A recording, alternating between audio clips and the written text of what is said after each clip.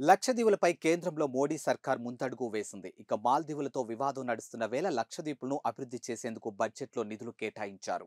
ఇక గురువారం రోజు ప్రవేశపెట్టినటువంటి ఓటాన్ అకౌంట్ బడ్జెట్లో ఆర్థిక మంత్రి నిర్మలా సీతారామన్ తన బడ్జెట్ ప్రసంగంలో లక్షద్వీపుల్లో మౌలిక వసతుల కల్పనకు ప్రభుత్వం ప్రత్యేక దృష్టి పెడుతుందని స్పష్టం చేశారు. ఇక పర్యాటక కేంద్రాలను ఏర్పాటు చేయడానికి వీలుగా వడ్డీ రహిత దీర్ఘకాలిక రుణాలు మంజూరు చేయనున్నట్లు తెలిపారు. ఇక పర్యాటక కేంద్రాలను సమగ్రంగా అభివృద్ధి చేస్తామని భారత్లోని 60 చోట్ల నిర్వహించినటువంటి G20 సమావేశాలు మన దేశంలోని వైవిధ్యాన్ని ప్రపంచ పర్యాటకులకు తెలియజేశాయని అన్నారు. ఇక మన ఆర్థిక శక్తితో దేశాన్ని వ్యాపారాలకు కేంద్రంగా చేయడంతో పాటు కాన్ఫరెన్స్ టూరిజాన్ని ఆకర్షించాలని పేర్కొన్నారు.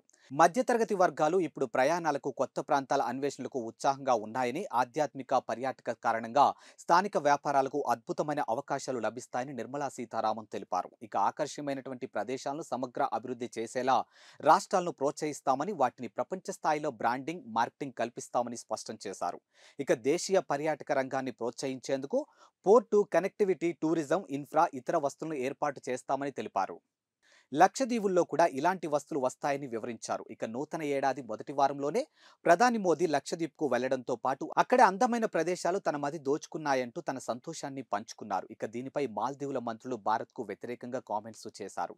దీంతో రెండు దేశాల మధ్య సంబంధాలు దెబ్బతిన్నాయి. అదే సమయంలో మన దేశానికి చెందినటువంటి చాలా మంది సెలబ్రిటీలు లక్షద్వీపులను ప్రమోట్ చేశారు. ఇక దీంతో భారత్ నుంచి మాల్దీవులకు వెళ్లే పర్యాటకుల సంఖ్య భారీగా తగ్గడంతో దీంతో టూరిస్ట్ ర్యాంకులో మాల్దీవుల స్థానం పడిపోయింది.